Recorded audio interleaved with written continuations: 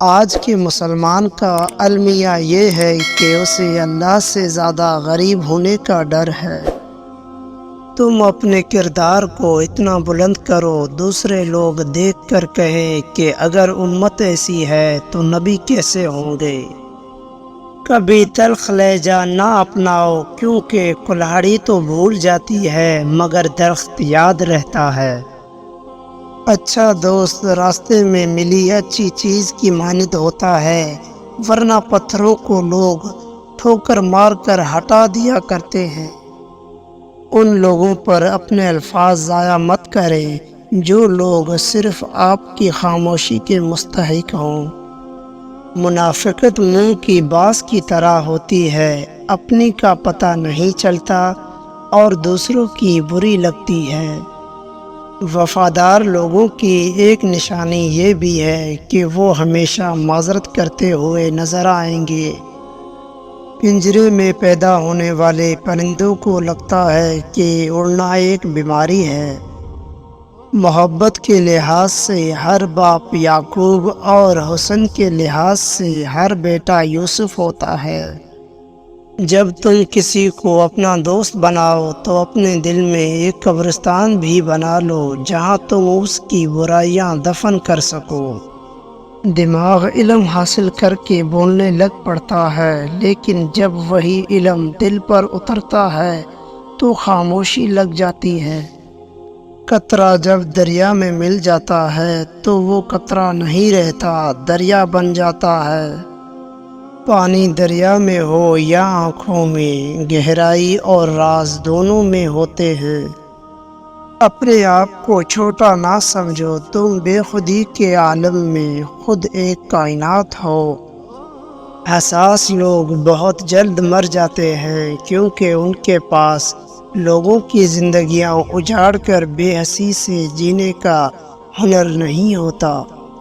خواہشیں پالنا آسان ہے مگر پانا مشکل ہے، اور پا کر ان پر مطمئن رہنا بہت مشکل ہے۔ تم پردے میں وہ کام نہ کرو جو تم لوگوں کے سامنے نہیں کر سکتے۔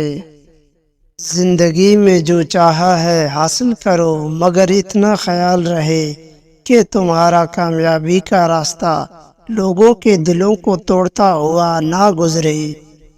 کسی اور کی طرح بننے سے بہتر ہے کہ تم اپنی ایک پہچان بناؤ۔ ضرورت کے لیے اللہ کو پکارنے والا دونوں حالتوں میں اللہ کو بھول جاتا ہے۔ ضرورت پوری ہو جائے تب بھی چھوڑ دے گا، ضرورت پوری نہ ہو تب بھی چھوڑ دے گا۔ خامی چھپانے کا اصل طریقہ یہ ہے کہ خامی کو دور ہی کر دو۔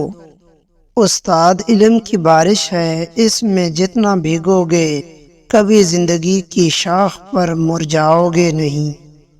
تسلیم کے بعد تنقید انسان کو تباہ کر دیتی ہے۔ مقصد مر جائے تو انسان بھی مر جاتا ہے۔ اچھا دوست چاہے کتنا ہی برا بن جائے کبھی اس سے دوستی مت توڑنا، کیونکہ پانی چاہے کتنا بھی گندا ہو جائے آگ بجھانے کے کام ضرور آتا ہے۔ خوابوں پر بھروسہ کرو کیونکہ ان میں ابدیت کا دروازہ پوشیدہ ہے۔ دولت قریب آتی ہے تو 5 چیزیں خواب میں نظر آنا شروع ہو جاتی ہیں۔ خواب میں ہاتھ سے آگ اٹھانا، سر کے بال کٹے دیکھنا، پہاڑ دیکھنا یا پہاڑ پر چڑھنا، مچھلی دیکھنا یا مچھلی کھانا، یا خواب میں تخت دیکھنا۔ دولت قریب آنے کی یقینی نشانیاں ہیں۔ کچھ لوگ کتنے عجیب ہوتے ہیں، اوپر سے خاموش اندر سے پوری کتاب، اور بہت کم لوگ ایسے ہوتے ہیں جو اس کتاب کو پڑھ سکتے ہیں۔ وہ ہاتھ بہت انمول ہوتے ہیں جو آپ کو اس وقت سنبھالیں جب آپ ٹوٹ کر بکھر رہے ہوں۔